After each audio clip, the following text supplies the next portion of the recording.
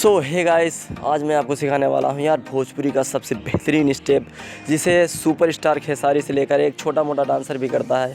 सो बिना किसी देरी के चलिए वीडियो को शुरू करते हैं। लेकिन उससे पहले अगर आपने इस चैनल को अभी तक सब्सक्राइब नहीं किया तो सब्सक्राइब ज़रूर कर लेना यार, बिना किसी बकचोदी के। चलिए शुरू करते हैं।